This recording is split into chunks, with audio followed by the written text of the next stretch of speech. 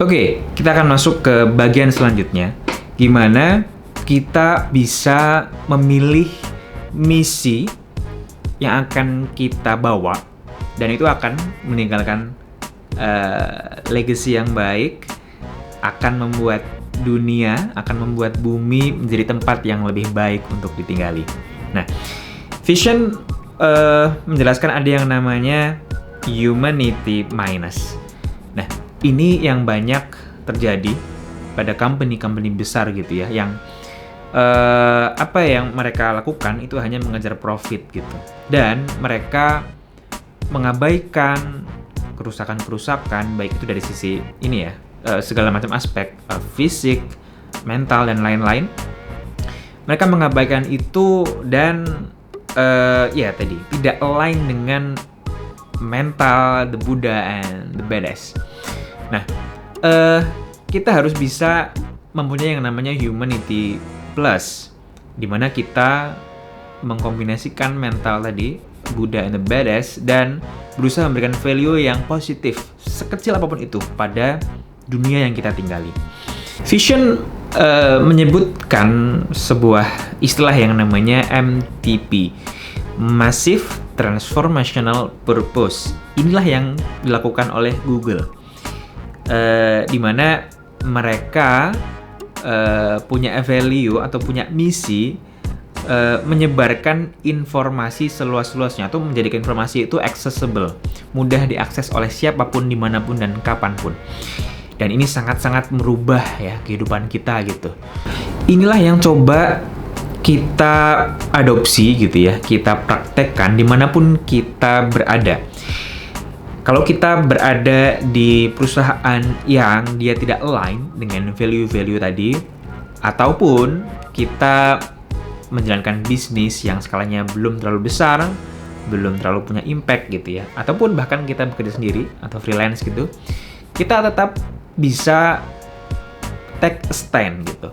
Kita tetap bisa punya sikap yang itu bisa kita sampaikan lewat banyak sekali media sosial yang kita punya.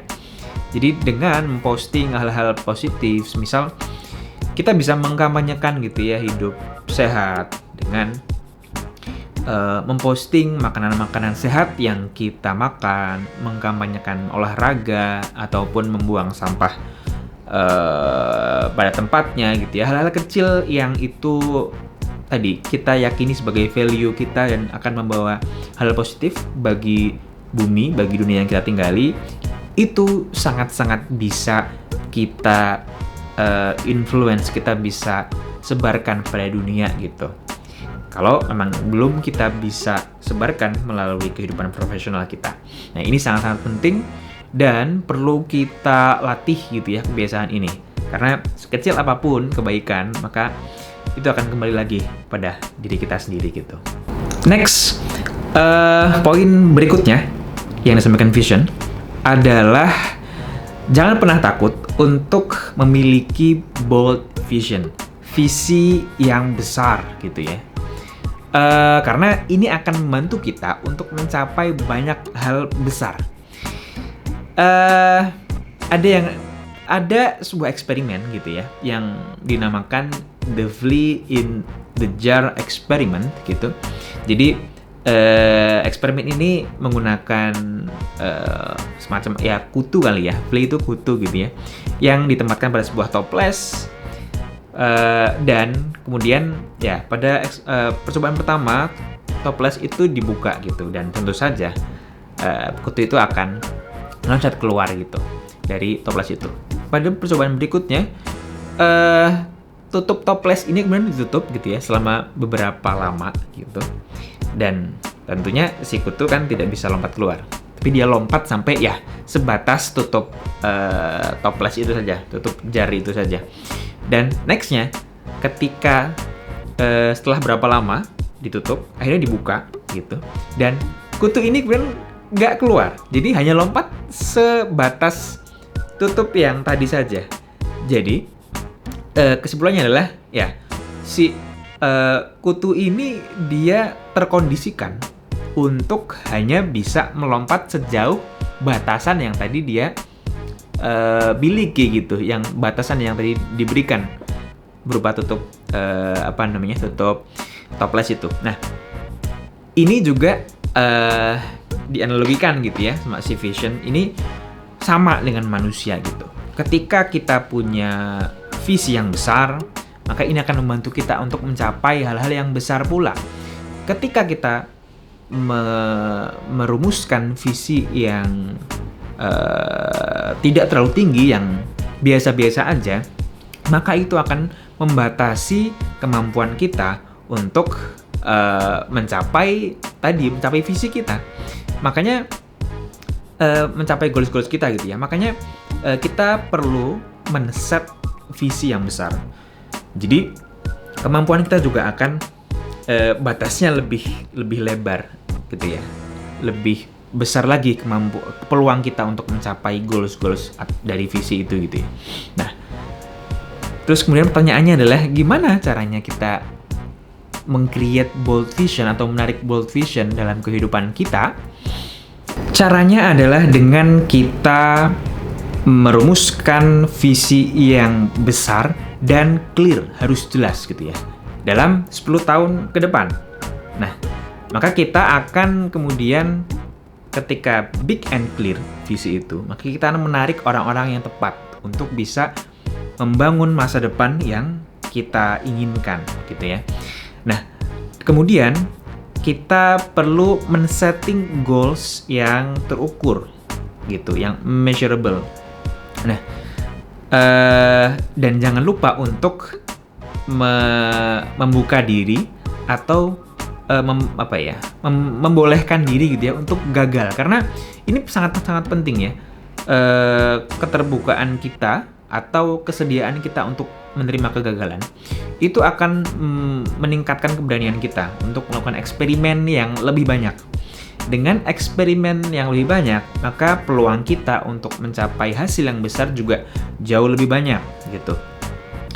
Ini juga disampaikan si Vision dalam bukunya, gimana dari ini ya, kompetisi militer menembak gitu ya, atau percobaan atau eksperimen gitu. Jadi juaranya adalah juara itu yang ini ya, menembak tepat sasaran paling banyak gitu ya. Itu adalah mereka yang menghabiskan paling banyak peluru gitu.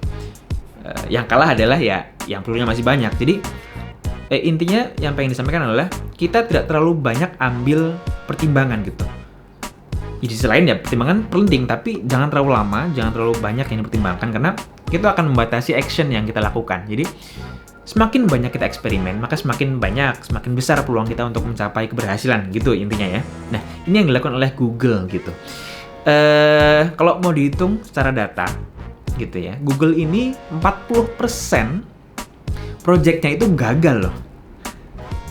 Gagal 40%-nya, tapi yang berhasil ini sangat-sangat masif. Contohnya adalah keberhasilan Google Drive ya dalam Gmail. Itu kan masif sekali gitu. Nah, ini yang harus kita punya gitu, keberanian untuk bisa mencoba dan bereksperimen dan tidak takut untuk gagal. Nah, ada lagi yang disampaikan terkait pentingnya visi ini. Seorang visioner ya, itu mereka akan melakukan yang namanya presupposed clause. Nah, ini dilakukan oleh, kita tahu ada seorang entrepreneur besar gitu ya, dan penulis yang tulisannya lucu-lucu, nyeleneh gitu ya, tapi sangat-sangat inspiratif. Kalau di Indonesia tuh kayak Bob Sadino lah, tapi kalau di luar, di Amerika ada yang namanya Richard Branson gitu ya. Nah, Richard Branson ini dia pernah memberikan tantangan pada seorang temannya gitu. Dikasih tantangan untuk bisa berenang sejauh 3 mil menyeberangi sebuah pulau gitu. Berarti jadi dari satu pulau ke pulau lain gitu. Nah, ketika dia berhasil untuk berenang sejauh 3 mil gitu, Branson kemudian berkata pada temannya, kamu melakukan suatu hal yang hebat gitu. Tapi saya tidak sabar untuk melihat bagaimana caranya kamu untuk bisa berenang kembali ke pulau yang tadi, yang sebelum kamu pindah gitu. Nah, dari yang disampaikan Branson bahwa secara emosional si temannya ini itu dia sudah diberikan kayak suntikan motivasi bahwa dia sudah melakukannya gitu, iya kan? Jadi Branson nggak menyatakan bahwa tapi saya ragu gitu ya. Mungkin kalau dia bilang mungkin saya ragu, tapi saya ragu kamu bisa nggak sih ke sana? Itu berbeda gitu ya. Dengan apa namanya statement bahwa saya tidak sabar melihat bagaimana caranya kamu gitu untuk kembali ke pulau A gitu ya dari pulau B. Ya, dan akhirnya ya si perempuan ini itu menjadi orang pertama yang berhasil tadi berenang sejauh 3 mil bolak-balik gitu ya. Dan itu berhasil karena tadi si Branson sudah menanamkan bahwa si temannya ini itu sudah berhasil dan tinggal gimana caranya aja gitu. Jadi membuat si temannya menjadi terpacu untuk bisa mencapai pulau A kembali gitu. Nah, ini adalah soal bold vision gitu ya, dan apa yang dilakukan oleh seorang visioner.